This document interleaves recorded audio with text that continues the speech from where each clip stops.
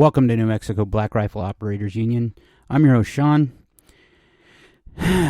Well, despite our best efforts, despite everything that's going on in Congress, the debt ceiling is the thing that everybody's talking about, so the chances of them overriding the pistol brace ban is slim. So we have to make a decision if you have one of these devices. GOA, FPC, they're all doing their best they can, but Congress is otherwise engaged. So, if you have a pistol brace, like I said, I got rid of mine, not because I wanted to comply, more so because I'm eventually looking at making an SBR out of the one gun I had anyway, so it didn't make sense to have it anyway. Plus, I got a good price on it before I sold it. Because that was the best option for me. I have an MP5 or an SP5, and it's cool, and it's fairly accurate, and I can do okay with it as is, especially with like the sling thing that I figured out how to do. That was big in the 80s. But it's more so I wanted it because of the look and the feel of the gun, and I've always liked the MP5. But if you own a brace, you now have to ask yourself if you're going to comply. Now, there's 40 million of these things out in the world, I believe. I don't believe that it's going to be something that they're going to be able to enforce anyway.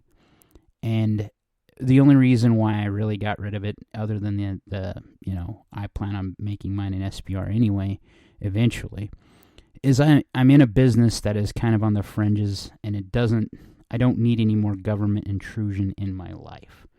So it makes sense to me just to leave it alone until this is all settled so that I can get past what's going on with the government. Mostly, I just don't want to introduce them to them. That's why I'm a little bit of a statist on that front, is because the government will crush you. If you don't believe me, look at what happened with the FBI whistleblowers that were heard in Congress. So the one FBI agent had been made a homeless man by the FBI. They made his entire family homeless for a bit. The government will absolutely crush you, and they absolutely have a monopoly on violence. Now, I'm not trying to say this stuff to scare you. You do you. Specifically, we have to look at what this does to not comply. And what it is it's a felony. It's a 4th-degree felony, and you're looking at jail time. Now, there should be no way that the government can arbitrarily deem something illegal without going through Congress, but that's exactly what has happened. And to be blunt, this is Trump's fault. Trump said, take away the guns, use the ATF to do stuff. He opened the back door for anyone after him, up to and including him, to do this same type of thing. Trump did this with the bump stock ban, which has finally been proven illegal. There's still some court cases going through that, but precedent says that a bump stock is fine.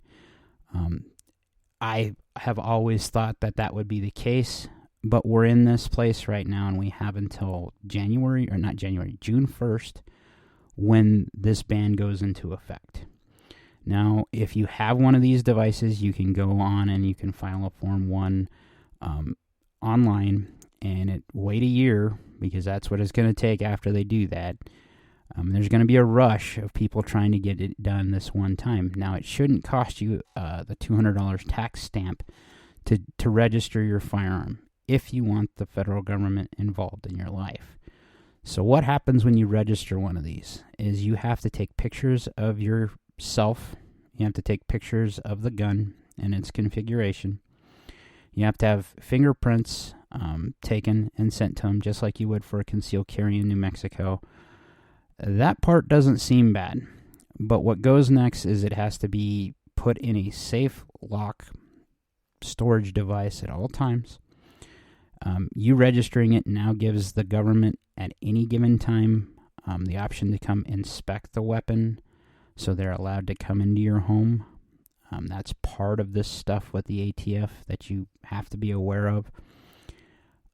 Ultimately, I think this is going to go away. But right now, what is going on in Congress is everybody's worried about the debt ceiling. And what happens there is we have a national debt, right? Well, they have to vote on to extend that debt so that they can pay bills. And there's a pushback, and there should be a pushback. We keep extending this debt ceiling, and it doesn't matter if it's Republican or Democrat. Both parties seem to keep doing this, not realizing that this has a direct impact on the American people, in that our tax money gets given to everyone else in the world, but not back to the United States citizens. But it also devalues our currency. And you don't have to be a rocket scientist to look around and see that's a bad thing. I mean, when's the last time you went and bought a carton of eggs and seen the price shock there? I would rather support the local farmers in the area anyway nowadays, but they're selling them cheaper than you can get them in the damn store. And that should be a no-brainer to support them. But what we're seeing more and more is our government's not for us. And you have to ask yourself, where's the line in the sand? Now, I've given my reasons why I've pretty much got rid of my pistol brace, or why I sold it off for the one gun I had it on. But this is exactly why I did it, is because of what I'm doing in another line of my business, or for my business. Unless podcasting takes off, I've already started this business, and I'm well down the road. I should be hitting the market by the end of the month with my products, and we'll see what happens there. But just getting my business up and running was a pain in the butt with the government. You have to jump through hoops to get licensing. You have to jump through hoops to get fire inspections, to get EPA inspections. All this stuff adds cost, because you're inevitably going to find something that you're going to have to fix. My facility, I had to put in emergency lighting, exit signs, that type of stuff, just to get into compliance. Now, why am I being a statist? In my business, I'm trying to be as upright as I can be, because that's what I need to do in this line of work. But what I've said in the past still echoes true for the pistol braces. Marijuana became legal in New Mexico because people ignored the law, basically. And they they decriminalized it because it didn't do anything. They didn't have a way to go after as many people. And it became normalized. And in our environment, we need to think about that. We have to think where the line in the sand is, and if we're going to comply or not. Now, I know a lot of people that are going to tell people to roll it in the cone, or tell the ATF to roll it in the cone, and they're just not going to comply. Be careful what you post on social media. If there's anything that we've learned over the last 2 years, or last 3 years specifically, is that if you post things like I have been, I'm probably on some list. You may be on a list because you're listening to this. Thank you for taking the risk. But understand that if you're on a list, they're going to be looking for any excuse to come after you. Because any way they can take down their adversary, they will do. And our government is no longer, I don't know that it ever was, but it's definitely glaringly obvious now that they're not on our side. You cannot look at the COVID crap that happened, and that, Judge Gorsuch came out with a scathing rebuke about what they did to our rights, to civil rights during the pandemic, and you see no teeth in what's going on. Like, where's the damn justice? In amongst this stuff, there's a new trend that's going around the world that I have no idea what the hell these kids are thinking. There was a kid in the United States who was taking a gas can, but it was filled with water, and he was going around pouring this water on hoods. Now, he meets a guy with a gun, and the incident ended peacefully. But technically speaking, that's a threat to life. That's a threat to property. The man could have very well, shot the kid.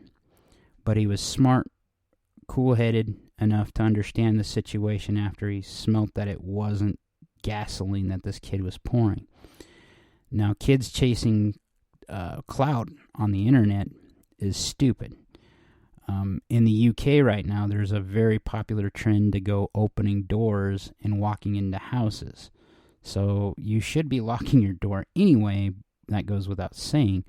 But these kids are going into houses just to see if they, and filming it and showing it on TikTok and all these other social media places to show that they have the balls to go do this. FAFO rings true here. I'm just going to say it, fuck around and find out. If that were to happen in the United States, I'm guessing that there would be a kid shot and killed. Now, these kids that are doing it, that are gaining the clout, are black. That would be a huge issue if some poor white person or someone not of color were to shoot these guys and air them out for them entering their home. Personally, I think it's warranted. These same kids have been walking up and stealing. They stole an old lady's dog just to show that they could and that the old lady couldn't do anything about it. We're at the time and place where you need to put your line in the sand and say, this is where I'm going to do it. I'm going to build my cross here. I'm not going any farther. And we have been there for a while, and that's kind of where I have been. I left a job, a career that I thought I loved. I thought it was going to be where I was until I retired. To be honest, I haven't thought about it a lot, mostly because it was for the state. And I'm glad not to be working in the state or in the system anymore. I kind of exist outside of the system, and that's kind of how I want it to be. I kind of don't want to be in the system as far as the government. And that's why I'm willing to make those exceptions for my business so that it deals with the government and then they're completely gone. They have no reason to stick around and no reason to come back. That's the kind of lifestyle I live, because I believe firmly that if we invite the government in, they're going to stay there forever. And that's what we're seeing nationwide. We're in that place in time where soft men have started to make soft people in hard times. And you can see it everywhere. This bullcrap with the trans agenda going on, and if you've paid attention to social media lately, there's a real big push to try to frame people of conservative leanings as outright Nazis. What they don't understand is that communists and socialists were Nazis. Socialism, there's a reason why Nazis were called the National Socialist Party. Despite what leftists think, the Nazis very much were socialist. They were a workers' party. They used to give away retreats to vacations to workers before the war kicked off. And that is a socialist idea. The communists are about the same thing. All of them end in fascism. Now, what I don't understand is how these kids have lived in the United States, in the bounty that is the United States, and have started to think that communism is the way, or socialism, or any of the fascism ideas is the idea that should ground them in their future. Because most of those activists in those causes usually end up getting shot in the back of the head by their leaders eventually, because they become a threat themselves to the status quo of the party, whatever the party is. So we need to be critical thinkers, and that's where I think our country has started to fail. We have so many people that are so comfortable that they don't think about the repercussions of just going to the store. If you look at the communists in the 80s and the 90s in Russia, they had lines for getting a loaf of bread. Now go to your store and look at the bread aisle and the choices you have for bread. Walk by a bakery. See how many different types of bread you have there. Different types of sweets and everything else. it's asinine to me to think that kids that have been raised so soft look at the way the world is and see so much wrong with it, so much injustice, when the reason why that injustice exists is usually because of how they act. You know, ostracizing and putting people on the outsides of society tends to push people towards those fringe ideologies that we don't want. You know, I'm concerned that if things keep going the way they are, this is stuff that if you're a historian like I am, or someone that's kept up on history, you know, the first transgender surgery happened during the Weimar Republic, right before Hitler took over. And Hitler took over, and he was anti all of that, and he went so far off scale, meaning they started burning books, they started prosecuting people like that, and then it led down the path of killing millions of people in death camps.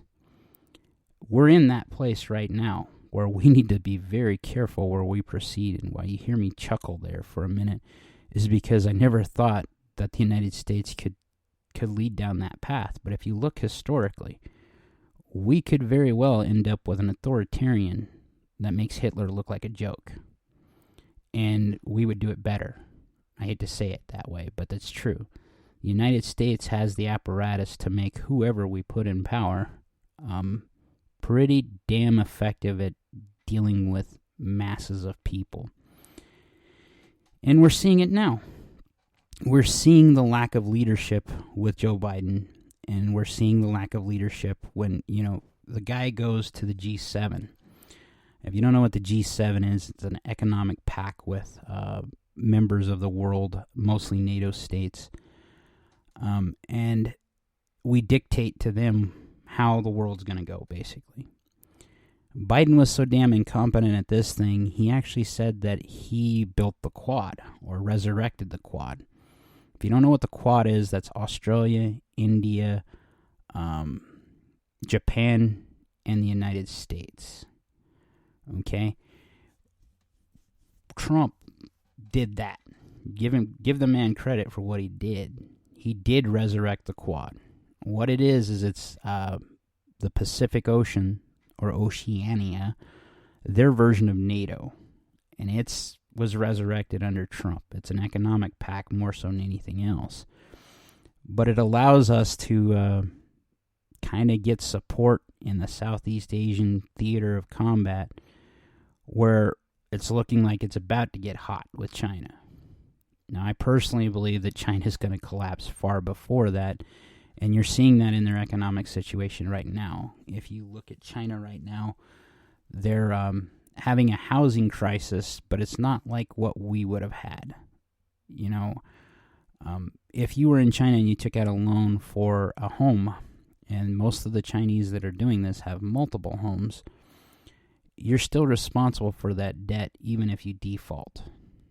Where in the United States, if you default, the company that wrote the loan would just be kind of screwed with it.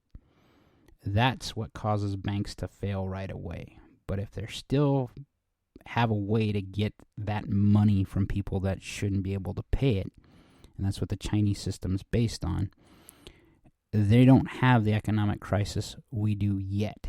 What they do have are millions of people that are unemployed who can't pay their bills. The Chinese have aged past they don't have a generation of kids to replace the generation of workers that they have now. So one way or another, China is going away. And when I say that, they will always be a geographic area, but they will not be a threat to the United States. Their navy is larger than ours by hull number, but not in range. They can't send it's not a blue water navy. So they can't even get past the first island chain, which is past Japan, to conduct operations. They can't project power. That's still true. And the Chinese are still trying to figure out what to do with that. Can they take Taiwan? I would say that's debatable. The more we deplete our stocks to help Ukraine, the more likely that probably is a thing. Speaking of Ukraine, Ukraine is losing this battle. Whether or not they want to admit it or not, whether the United States wants to admit it or not, they're losing. There are independent sources now you can find on Telegram, you can find it everywhere else. I would tell you check out History Legends, Alex from there. He covered the Battle of Bakhmut and what has finally happened there. The Wagner forces have taken Bakhmut, all of it. Ukraine's still trying to deal with that, and they're saying that they still have a toehold there in Bakhmut. They've lost. Now we'll see what happens later in this month as they start their offensive with American and Western weapons. But you can't fight a force of people if you don't have people. It doesn't matter how great your Wunderwaffen are, your wonder weapons, if you don't have people to use them. And that's where Ukraine's heading. There's over 500 million Russians in Ukraine right now, to the 200 or so million of Ukraine. That's disheartening if you were a fan of Ukraine and you're wanting them to win. But what will eventually happen is Ukraine will be taken over and metabolized by the Russians, and they'll move on. They want 9 of the gaps that are in the European plain to try to stop people from invading their country. This isn't just about Sevastopol. This is about what they had pre-Russia, pre-1993. They want to get back to where they control all those places. I firmly believe that will be a NATO war that we won't have a choice but by treaty to get into. But we have enough things at home to worry about. Our economy's in a shambles right now. We need a lot of help here. We're seeing inflation everywhere. We're seeing idiots rioting and fighting for no reason. We're stuck on these culture war issues like what bathroom someone can use, when this has always been something we've been able to iron out pretty quickly. And we have a group of people that are mindless, brainless, that will absolutely push you in front of a train to get their way. There has not been a time in history where we've had more turmoil in the United States than what we're seeing. We're seeing people rising up and doing stupid things because they have to get their pound of flesh. They're mentally ill and they're not diagnosed, and no one's doing any damn thing about it. We had a shooting Monday in New Mexico, in Farmington, New Mexico. Killed 3 people, wounded 9 people total. Wounded them, plus the shooter, so there's 4 people that were killed. Why? When you find out more and more about it, you find out that this guy had some issues. And he was, his family was trying to get him help. But in New Mexico, I can tell you it's hard to get help for someone that has mental issues, because there isn't a lot of help for them. And the system is rigged against them. So, as I brought all this stuff, and I've covered many things on this podcast, the main one to think about is what you're going to do. Are you going to comply, or are you going to give in for the pistol brace ban? Because where that actually leads to is, what are they going to do about it? Unless you're on some list or you're posting that you actually have pictures of yourself with this item, there's not a lot they can do about it, because there's simply not a lot of law enforcement agents in the ATF to perpetrate these acts, to go door to door. It's one of the things that I think is remarkably out of touch about leftists, is they say, well, we'll just go door to door and get the guns. That is probably the worst damn idea you could possibly have. Because there's enough people, I still believe that there's enough American people that would actually put up a fight and say no. And they'd end it. Enough bloodshed, and they'll back off. I hope it never gets to that point. That's what the whole point of the Second Amendment was to stop tyranny. Now we're in that point where we're getting very, very close to what you're going to have to think about doing. And those are some soul-searching pieces you're going to have to do and decide on your own. I hope for a peaceful resolution with all this. I would hope that these people would get smart and back the hell off of peaceful American citizens who just want to conduct their life. But that doesn't seem to be an option anymore. You're being told you will do this. What are you going to do? Like, share, subscribe, be great.